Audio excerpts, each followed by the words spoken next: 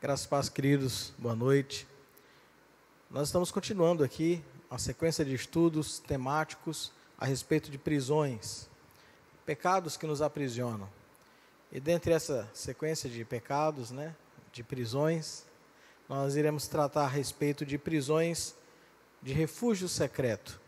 Quando nós criamos refúgios para nos esconder, para nos satisfazer, dentro de pecados que nós temos e às vezes ocultamos, e ocultamos eles atrás de outros pecados, A nossa satisfação pessoal às vezes está escondida ou escondendo algum outro tipo de pecado.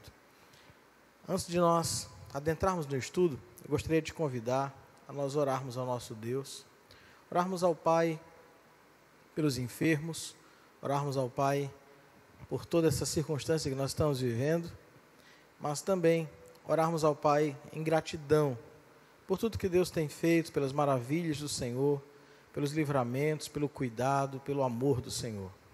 Então, vamos nos colocar em oração nesse momento e orarmos e adorarmos ao nosso Pai. Oremos.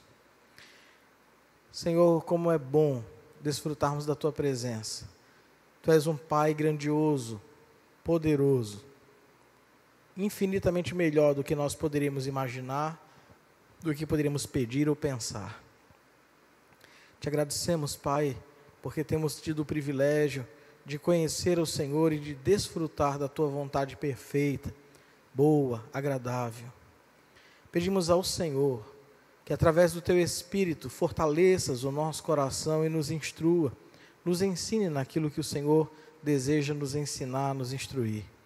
Que nessa noite o Senhor esteja fortalecendo o coração de cada um dos irmãos e que o Senhor esteja ensinando a nós aquilo que nós precisamos a respeito da Tua palavra e que precisa ser aplicado em nossas vidas para a transformação da condição em que vivemos, dos nossos pecados, mas em especial para a glória do Teu nome, para a manifestação do Teu Evangelho Santo. Que o Senhor fale aos corações, que o Senhor se dirija ao Teu povo nessa noite e também àqueles a quem são povo Teu, mas ainda não sabem. Te agradecemos também, Pai, pelos grandes livramentos que o Senhor tem trazido ao Teu povo, à Tua igreja, a pessoas espalhadas em toda a terra, Senhor, que clamam pelo Teu nome, e o Senhor tem as livrado de tantas coisas. Pedimos que o Senhor continue a nos guardar e a nos proteger. Queremos também, Pai, nessa hora clamar ao Senhor em razão de pessoas que estão padecendo faltas, necessidades, dificuldades, pessoas que estão com dificuldades financeiras, mas acima de tudo, ó Deus, pessoas que necessitam do Teu toque na saúde, pessoas que estão nas macas, nos hospitais, pessoas que estão vivendo momentos de dor, de aflição, as incertezas da vida, os temores, tantas coisas, Senhor, em nossas vidas, e nós tão necessitados de Ti. Nos ajude, Pai, a conseguirmos superar tudo isso e reconhecer que é o Senhor que tem feito tudo e que tem estendido as mãos para nos tirar, nos livrar de tudo isso. Que o Senhor esteja socorrendo o órfão, a viúva, que o Senhor esteja socorrendo aqueles que estão em leitos de hospitais, em casa, que o Senhor esteja retirando os nossos corações da depressão, da ansiedade, dos pavores, do pânico, do temor, que tanto tem se imposto sobre nós, especialmente por causa dessa enfermidade. Que o Senhor nos ajude, fortaleça a nossa fé, para que nós possamos olhar com coragem, com ousadia, para que nós possamos erguer a nossa cabeça e reconhecer que o nosso socorro vem do Senhor, que fez os céus e a terra. Que de fato o nosso coração não tema, como a Tua palavra nos garante, Senhor. Nós não temos a certeza de superarmos todos os desafios da vida, mas temos a certeza que em Ti somos mais do que vencedores. E por isso, nós também Te agradecemos. Que o Senhor continue a nos abençoar, a nos proteger e a nos guardar. E que fale conosco nesta noite. Em nome de Jesus. Amém. Bem, queridos, como eu falei bem no início, o estudo de hoje será a respeito da prisão que nós denominamos de refúgio secreto. Todos nós lutamos contra tentações, contra decepções, e à medida que nós lutamos contra estas coisas, nós procuramos um refúgio, uma fuga para essa situação que nós estamos vivendo, um desvio. E nós não queremos lidar com as situações de estresse, as situações de desapontamento que acontecem em nossa vida. Por essa razão, nós procuramos fantasias, procuramos coisas onde nós conseguimos ter algum tipo de prazer e refugiamos, então, a nossa alma, a nossa mente, o nosso coração. Muitas pessoas que veem a sua vida como sendo algo triste, decepcionante, depressivo, sofrido, tentam escapar para um mundo de fantasias, repleto de prazeres. Pessoas que procuram alguma espécie de refúgio, alguma espécie de escape para a vida que eles estão vivendo. E, infelizmente, muitos desses refúgios são refúgios pecaminosos, alguns refúgios ilícitos, onde a pessoa tenta, de alguma forma, encontrar e experimentar alguma espécie de prazer e desejos ou satisfação do seu prazer e dos seus desejos. Por exemplo, algumas pessoas têm problemas com relação à prostituição. Quantos homens estão em busca de refúgio na satisfação da pornografia? Quantas pessoas estão procurando satisfazer seus prazeres, seus desejos nos refúgios pornográficos, em vídeos, em internet, em imagens da internet, procurando satisfazerem o seu prazer. Assim como muitas mulheres também possuem transtornos alimentares, pessoas que têm problemas com a sua forma física, e à medida que elas enfrentam essas frustrações, essas decepções, isso só aumenta o seu problema. Pessoas que passam a ter problemas de bulimia, anorexia, e inclusive pessoas que têm problema até na perda de peso, que quanto mais preocupada fica com a sua forma física, mais se tornam compulsivas no comer e engordam, e não têm mais capacidade de controlar essa situação. É interessante que, se você parar para pensar, você vai perceber que a maior parte dos livros que tratam a respeito de transtornos alimentares são escritos por mulheres para mulheres. E boa parte dos livros que são escritos a respeito da prostituição são escritos por homens para homens. Não que isso seja uma regra, mas a grande maioria das pessoas envolvidas em prostituição são homens.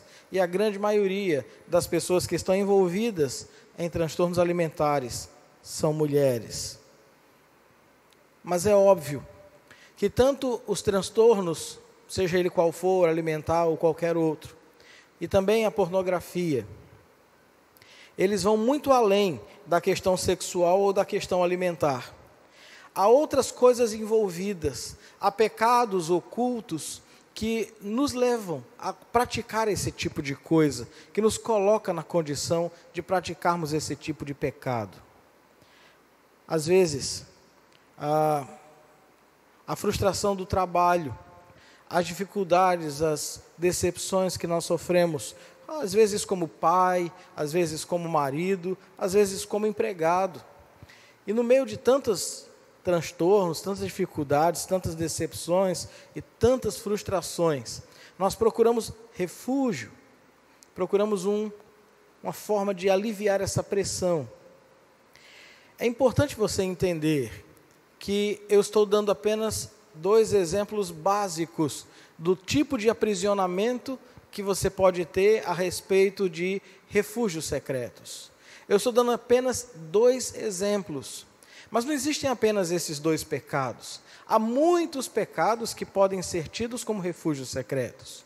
Eu estou aqui apenas trazendo esses 2 como exemplos fundamentais, porque ficaria muito complicado falar de todos aqui, então eu vou utilizar esses 2 como base para tudo que nós vamos falar a partir daqui.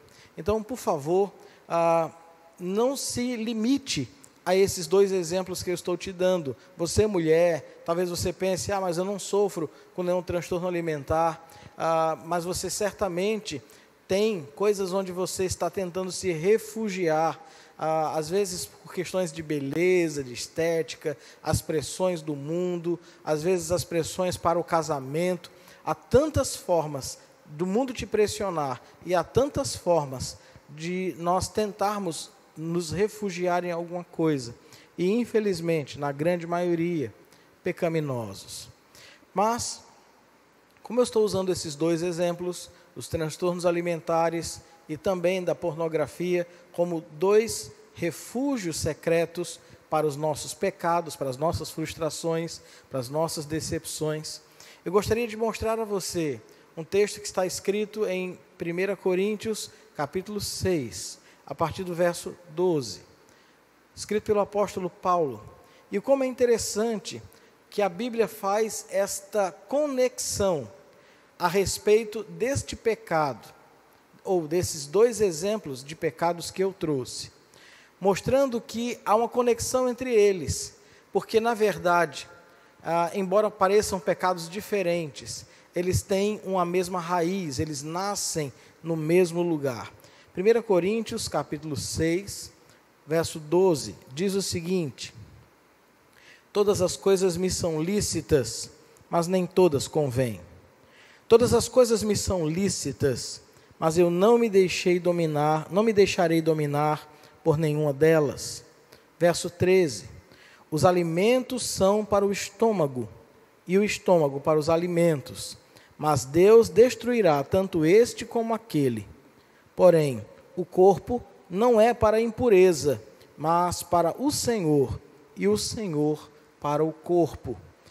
E logo em seguida, nos versos 19 e 20, do mesmo capítulo, 1 Coríntios, capítulo 6, os versos 19 e 20, dizem o seguinte: acaso não sabeis que o vosso corpo é santuário do Espírito Santo, que está em vós, o qual tendes da parte de Deus, e que não sois de vós mesmos, porque fostes comprado por preço.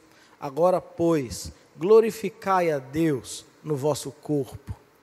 Perceba que há uma raiz comum nesses 2 pecados que nós estamos usando como exemplo. Seja os transtornos alimentares, seja a questão da promiscuidade, da prostituição, da pornografia. Todos esses pecados, eles estão fundamentados numa ideia ou num pecado oculto em nosso coração, em algo que está por trás dele. A solução que Paulo nos apresenta é muito clara. Olhe para Deus, pense em Deus. Pare de olhar para os seus próprios pecados, pare de olhar para si mesmo e para a sua incapacidade. Olhe para Deus. Ele diz, porque você foi comprado por preço. Ele diz, agora pois, glorificai a Deus no vosso corpo. E esse desafio de Paulo em nos colocar na condição de nós tomarmos uma posição para glorificarmos a Deus em nosso corpo, revela que nós temos sim recebido de Deus o poder, a capacidade, a virtude necessária para agirmos desta maneira. E Ele também não oculta de nós a razão principal disto. Ele diz, porque nós somos santuário do Espírito Santo, no verso 13. Acaso não sabeis que o vosso corpo é santuário do Espírito Santo? Então perceba que a razão principal, ou a força principal para vencermos a tentação está no Espírito Santo de Deus que habita em nós, e de nós pararmos de pensar, de olhar para nós mesmos e passarmos a olhar para Deus. Hoje, nós vamos aprender um pouco sobre vencer esses pecados ocultos. E à medida que nós falamos sobre eles, nós iremos falar sobre a sua solução. A solução para esse tipo de pecado. E eu queria que você abrisse comigo a sua Bíblia no Salmo 130. Salmo 130. Para que você consiga entender um pouco do que é esse salmo. Nós temos desde o Salmo 120 até o Salmo 134. Do Salmo 120 até o Salmo 134, uma organização feita por aqueles que produziram o Saltério, o livro de Salmos, uma organização que é chamada de Salmos de Ascensão. E por que eles são chamados de Salmos de Ascensão? Porque eles estão falando a respeito do momento em que o peregrino, nas mais diversas regiões da terra, seja em Israel, precisa subir para Jerusalém. Jerusalém fica num alto monte, então uma região alta, e aí as pessoas que estão em volta, seja em qualquer lugar, elas vão se deslocar numa subida. E os peregrinos, em determinado período do ano, que se deslocavam para Jerusalém, faziam isto numa caminhada, e durante esta caminhada, durante esse momento onde eles iam até Jerusalém, eles cantavam os hinos os hinos ou os salmos do 120 até o 134. Então, para cada momento da peregrinação, para cada momento da viagem, havia um salmo específico. Então, esses são os salmos de ascensão ou os salmos de subida. Repetindo, do Salmo 120 até o Salmo 134.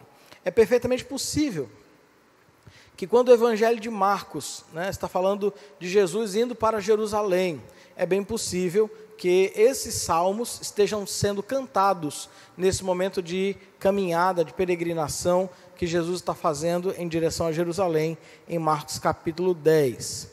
Então, os cantores dessa canção estavam, na grande maioria das vezes, confessando os seus pecados, mas mais do que o desgosto de si mesmos, mais do que a vergonha de pecar, mais do que isso, eles estavam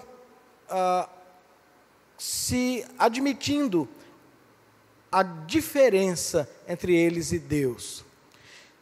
Perceba que o que eu quero que você compreenda é que o salmista não está olhando apenas para o mal moral ou o fracasso moral de um homem que adulterou ou se prostituiu, ou de um homem que está olhando coisas na internet. O salmista não está falando de alguém que simplesmente fracassou moralmente, de alguém que passou uma vergonha, não. O salmista está indo além disso. Ele está tratando a respeito desta comparação entre o quanto eu sou pecador e o quanto Deus é santo. Perceba que o olhar está voltado para Deus, a ponto de conseguir enxergar o estado ou a condição do seu próprio coração.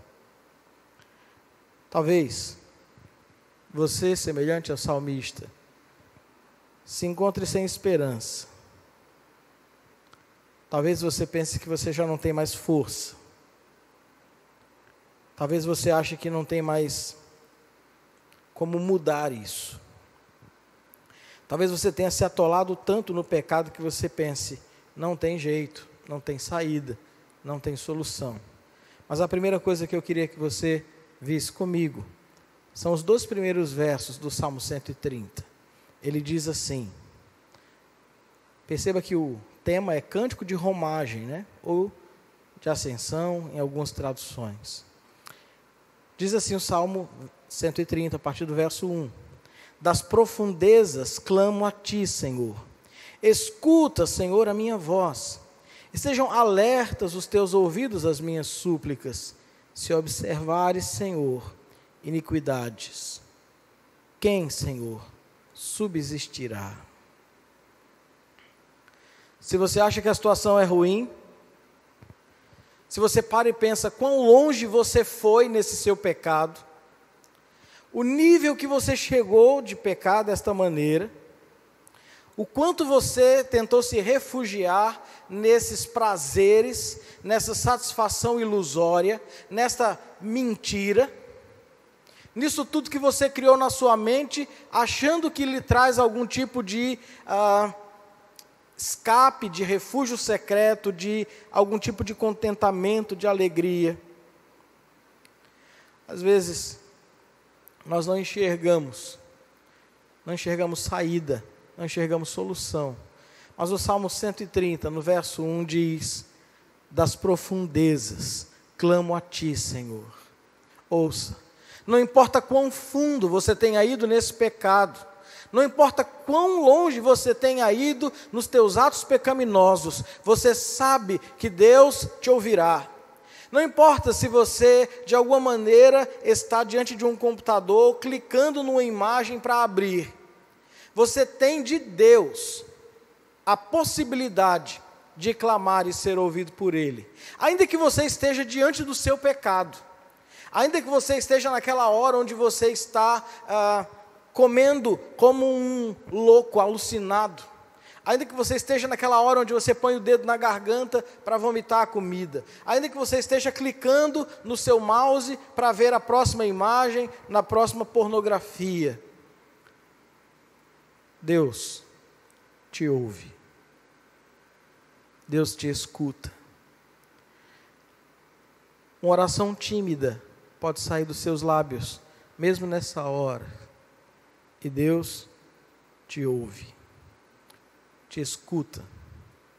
Você pode estar nas profundezas do pecado, mas Deus te ouve. Os versos 3 e 4 nos dão uma ideia ainda mais profunda a respeito dessa solução para esses pecados secretos no nosso coração. Diz assim: contigo, porém, está o perdão para que te temam. Aguardo, ó Senhor, a minha alma o aguarda, eu espero na sua palavra. Desculpe, irmãos, os versos 3 e 4, eu li 4 e 5, mas verso 3 diz: se observares, Senhor, iniquidade, quem, Senhor, subsistirá? Contigo, porém, está o perdão para que te temam. Vou ler novamente. Se observares, Senhor, iniquidades, quem, Senhor, subsistirá? Contigo, porém, está o perdão para que te temam. Observe. Você sabe que os nossos pecados secretos não são quedas. Nós tentamos nos iludir, nós tentamos nos enganar, tentamos justificar o tempo todo, mentimos para nós mesmos, criamos desculpas para continuar a fazer aquilo que nós estávamos fazendo. Muitas vezes, nós estamos tecendo histórias na nossa própria mente, mas a guerra que nós sabemos que precisamos travar é uma guerra mais profunda do que o que nós conseguimos enxergar. Você sabe com bastante clareza que o que você está dizendo como justificativa não se justifica. Nós sabemos com muita clareza que a grande verdade é que nós não escorregamos. Não foi uma coisa que aconteceu no momento. Você sabe que foi uma construção, algo que você foi indo tempo a tempo, pouco a pouco, cedendo, buscando, algo que você até alimentou no seu próprio coração.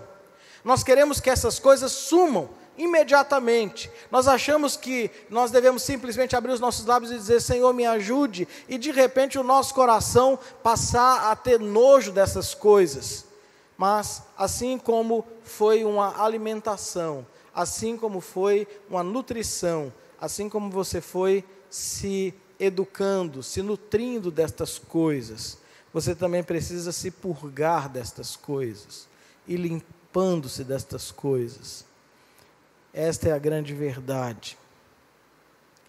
Talvez, no fundo do nosso coração, a gente pense: será que existe alguma chance de você clamar a um Deus que não veja o que você faz, aquilo que você está fazendo.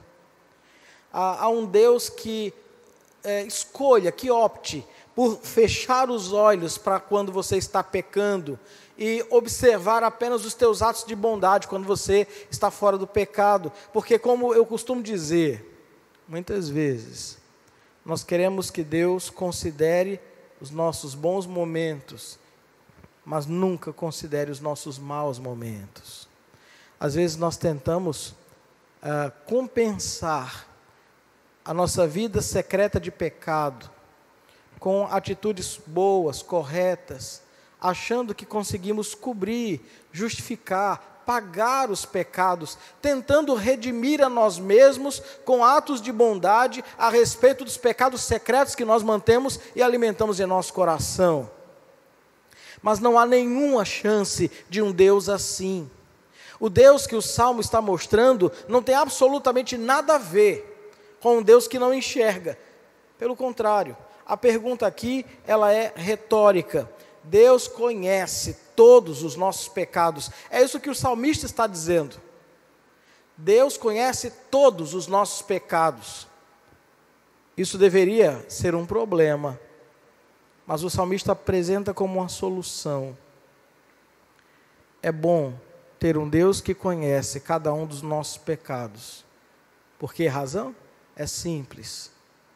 Porque a resposta dele ao seu pecado é o que nós chamamos de perdão completo. É o que nós chamamos de perdão integral. Deus não vai perdoar apenas os pecados mais feios, os pecados visíveis, os pecados que a sociedade não tolera, ou os pecados mais óbvios da sua vida. Deus vai perdoar todos os seus pecados, porque Ele conhece absolutamente tudo. Como eu disse, muitas vezes nós temos pecados camuflados. Às vezes a gente acha que a promiscuidade, a pornografia é um pecado que está ali, e quando nós simplesmente excluirmos, aquilo do nosso celular, quando você sair de perto do computador, quando você cancelar a internet, você resolveu o problema. Mas não é assim. Às vezes há o pecado da amargura, ou o pecado da ira, que alimentou uma compulsão no seu próprio coração.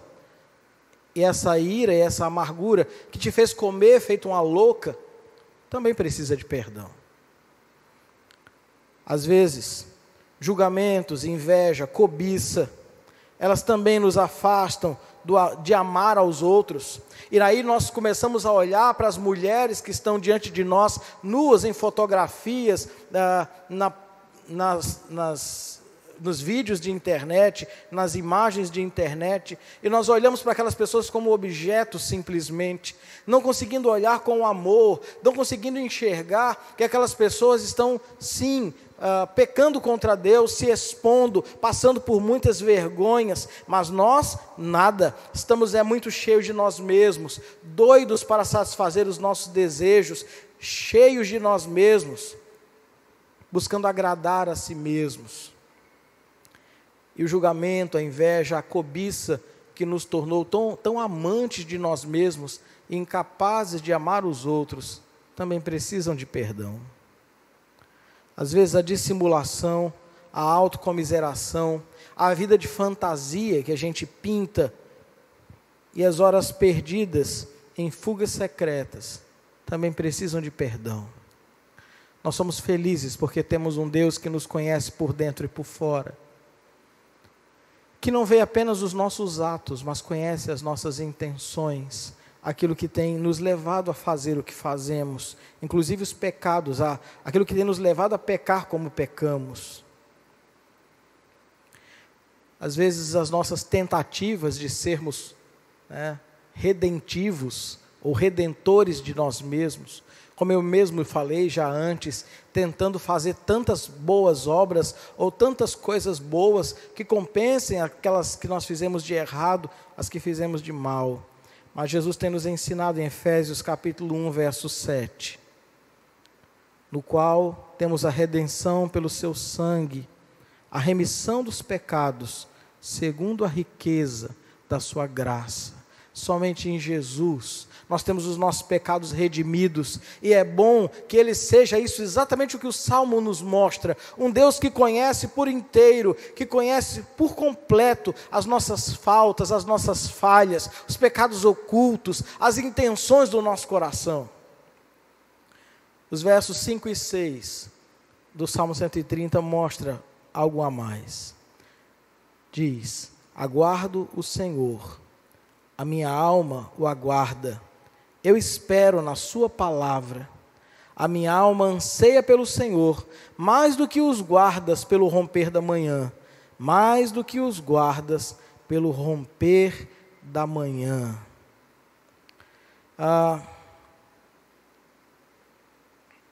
Talvez você tenha um dia tomado uma decisão de não continuar pecando dessa forma que você fez por tanto tempo. Talvez você tenha tomado uma decisão de não dar mais prazer a si mesmo nas suas tentativas de satisfação. Talvez você tenha determinado que você não vai mais comer compulsivamente. Talvez você já tenha determinado que você nunca mais vai pegar o seu celular para olhar daquela forma, com aquele olhar. Talvez você tenha determinado que você nunca mais vai ter aquele momento como você quando está só no hotel, ou coisas desse tipo. Talvez você tenha pedido para desinstalar coisas do seu celular, do seu computador, retirar a internet. Tomou uma decisão racional, mas ainda não entendeu que você precisa, na verdade, olhar para Deus. A sua mente, ela precisa ser preenchida com visões espirituais.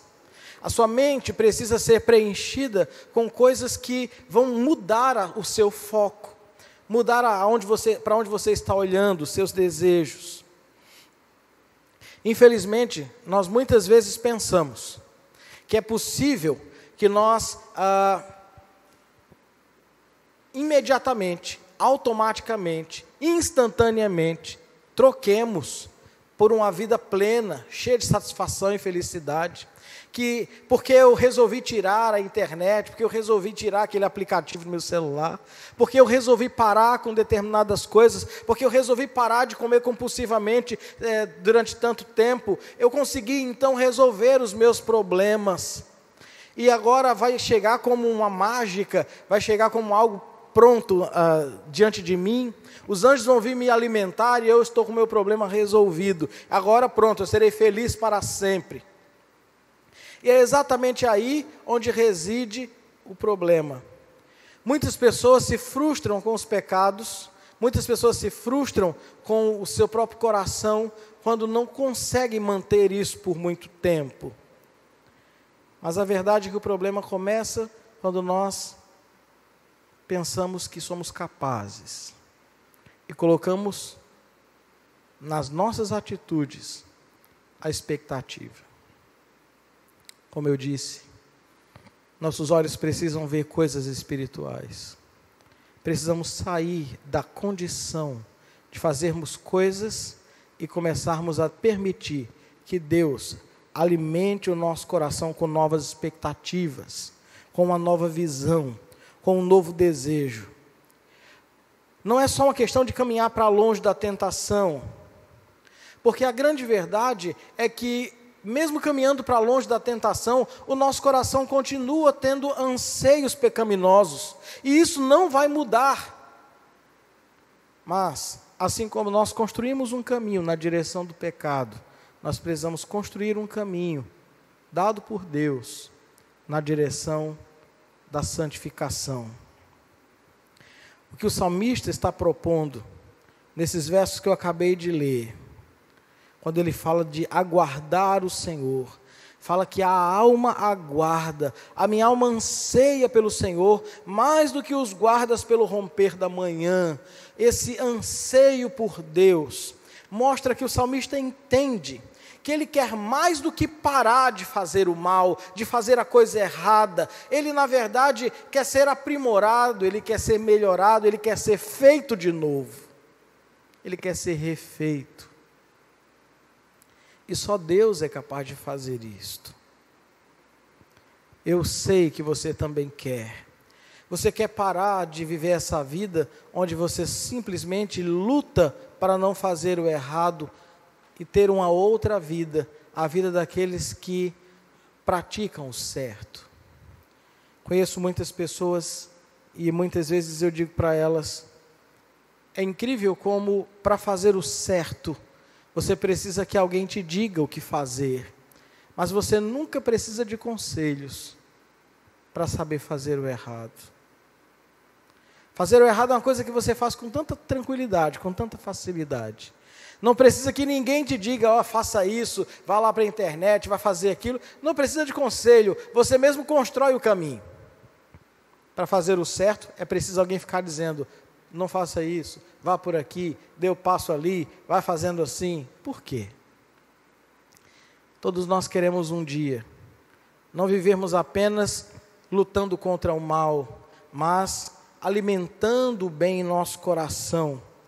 E o salmista sabe que deve colocar os seus desejos em coisas novas. Então, ele começa a colocar esses novos desejos na palavra de esperança. Ele diz, no verso 5, aguardo o Senhor, a minha alma o aguarda, eu espero na sua palavra. Quando Deus troca a maneira de você enxergar as coisas, quando o Espírito de Deus começa a te dar a metanoia, o arrependimento, que se trata de forma tão clara em Romanos capítulo 12, aquela mudança de mente que faz com que os teus sentimentos mudem, a tua visão mude, você passa a ter uma nova perspectiva, você enxerga o mundo de forma diferente. E aí, é muito claro no Salmo, que a palavra de Deus passa a ser privilegiada. A palavra de esperança começa a encher o nosso coração.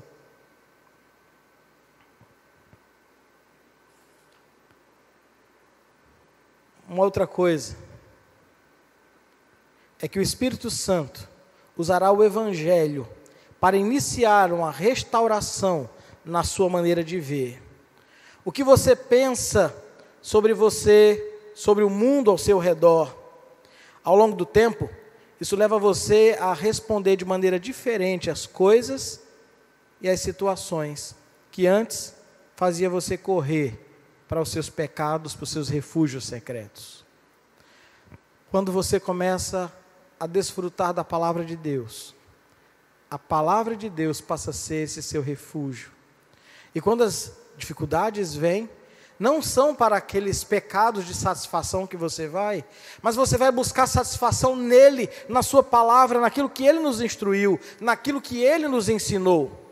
Ao invés de servir como um escape, a palavra de Deus passa a se tornar como uma prática de esperança para você. É o seu novo refúgio, é o novo lugar para onde a sua alma deseja correr, é o novo lugar onde você deseja aportar, onde você sossega, onde você descansa. Quantas vezes, por causa das ilusões que você viu ou aprendeu no mundo, você quebrou o coração de pessoas reais, de relacionamentos reais que você possuía, para construir relacionamentos ilusórios, fictícios, fantasiosos, que estão apenas na sua mente. Pessoas que nunca te viram, que não sabem nem quem você é, que nunca tiveram nenhum afeto por você, mas que você magoou, pessoas reais, por causa de pessoas ilusórias. A palavra de Deus, muitas vezes, também foi deixada de lado, para que você cedesse às suas tentações, para que você cedesse às imagens tentadoras. Mas quando você conhece a Deus, tudo muda. Você precisa tomar, muitas vezes, algumas atitudes radicais, isso é verdade, mas a despeito disto, não são novas atitudes o primeiro passo, mas uma nova mente, uma nova forma de enxergar o mundo a partir do nosso relacionamento com Deus. Por isso o salmista fala: eu aguardo o Senhor, a minha alma anseia. Por que o salmista compara essa atividade com um guarda que espera pela manhã? É simples.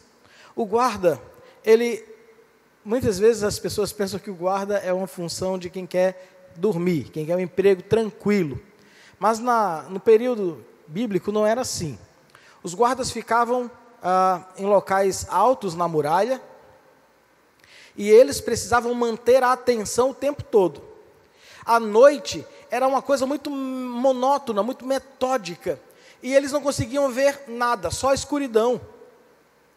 Acontece que se houvesse alguém ou algum exército tentando vir contra eles, e o soldado não estivesse atento, por mais que ele passasse dias, meses e anos sem ver nada, se num dia acontecesse de vir alguém e ele não estivesse pronto, a postos, atento, observando, vendo, se ele tivesse tirado um cochilo, se ele dormisse, se ele sossegasse por algum motivo, se ele desviasse a visão do horizonte para qualquer outro lugar, ele seria acusado de traição, ele seria morto, porque ele simplesmente não alertou a cidade a respeito do ataque inimigo.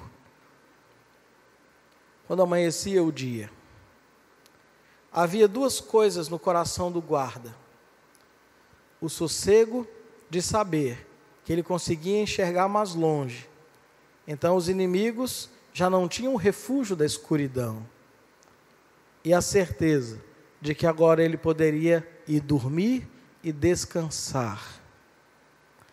É exatamente isto a comparação do salmista de uma maneira poética. Ele repete duas vezes no verso 6, a minha alma anseia pelo Senhor, mais do que os guardas, pelo romper da manhã, e repete, mais do que os guardas, pelo romper da manhã. É isto. Haverá momentos que você está lutando contra o pecado, que minutos parecerão dias ou anos. Haverá momentos em que cada respiração parece uma luta contra a escuridão. Semelhante ao guarda, a escuridão da noite parece eterna, parece que amanhã nunca vai chegar. Mas continue olhando para o horizonte da esperança. Espere em Deus. Certamente a luz vai chegar. Certamente você será transformado pelo poder de Deus, se você aguardar nele.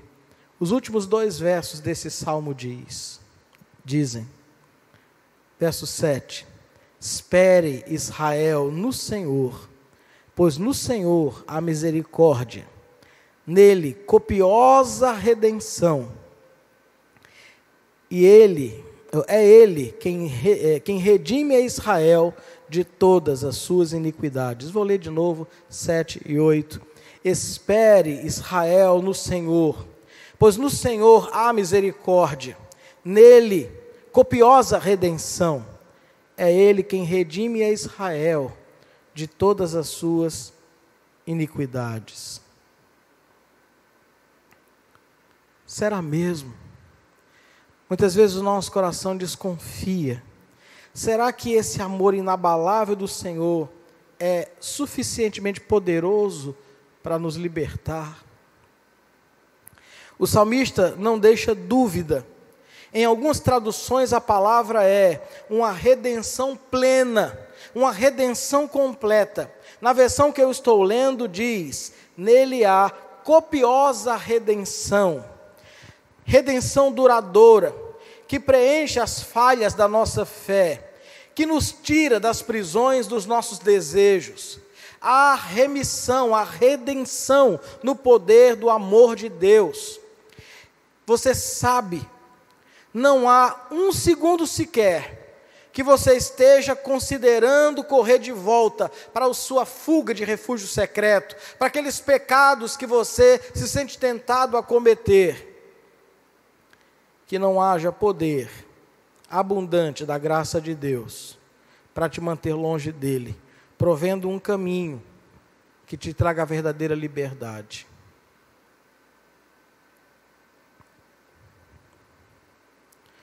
A sua história tem que ser, ouça, tem que ser mais do que uma história de sobrevivência. É uma história de redenção. Não é uma história de quem vive apenas lutando contra o pecado. É a história de alguém que venceu o pecado e agora está ajudando outros a vencer também. Talvez você esteja pensando, isso pode funcionar para algumas pessoas, mas para mim não funciona, nunca funcionou. Eu clamei, eu falei com Deus, eu pedi a Deus. Talvez eu não seja uma pessoa que Deus queira salvar, resgatar. É mesmo? Eu queria ler um texto com você. Ele se encontra em Lucas, capítulo 4. E este é o penúltimo texto que nós vamos ler hoje. Para encerrar, Lucas, capítulo 4, dos versos 17 ao 21. Lucas, capítulo 4,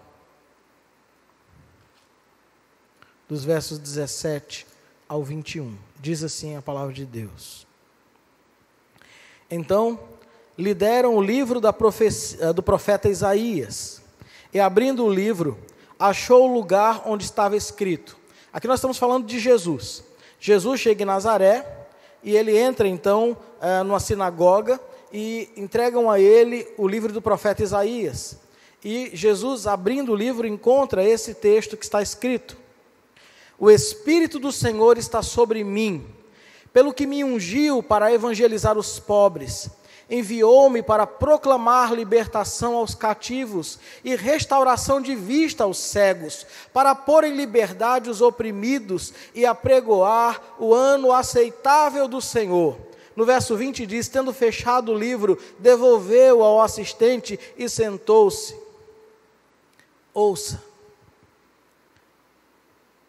você certamente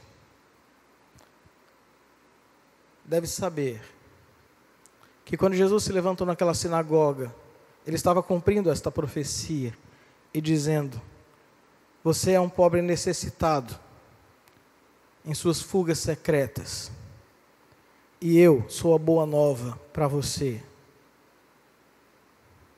Você talvez esteja sendo mantido cativo pelos seus pecados, mas eu vim proclamar a sua libertação.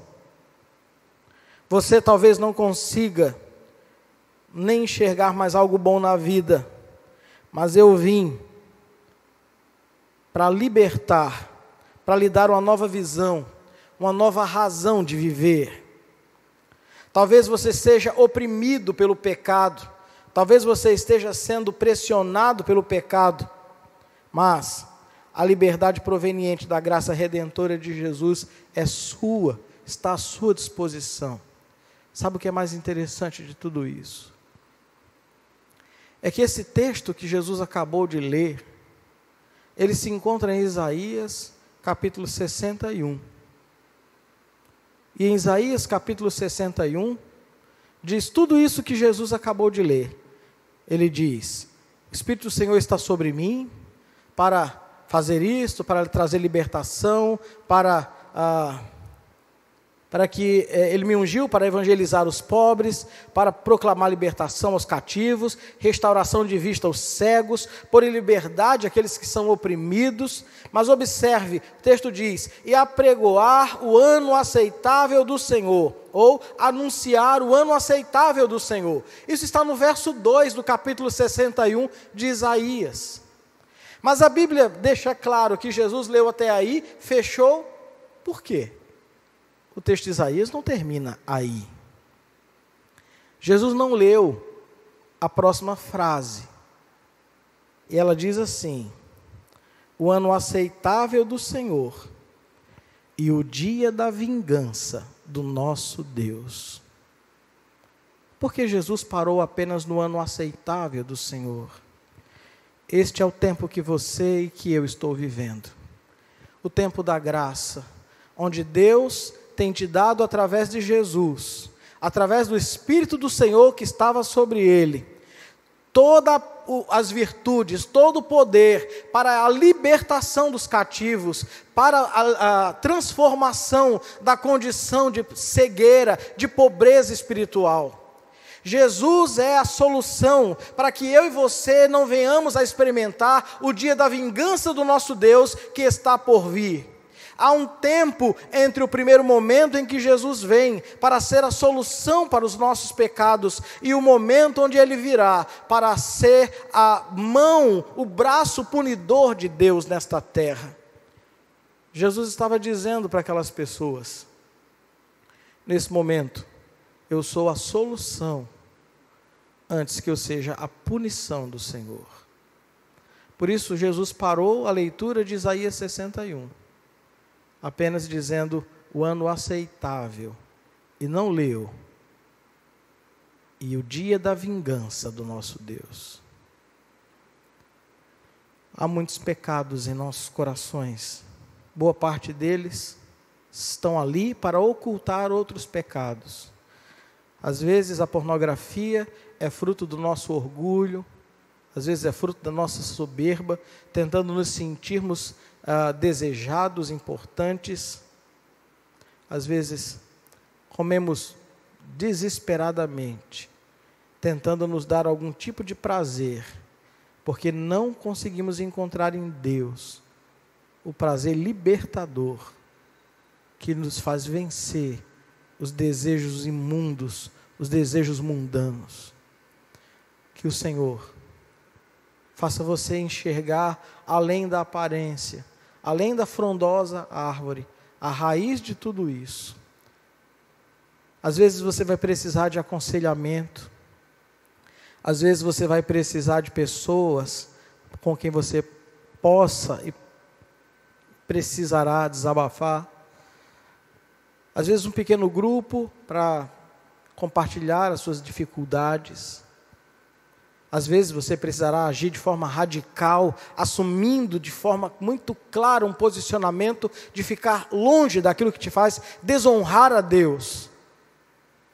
Mas a despeito de todas essas formas, o fundamento de tudo isto é Deus.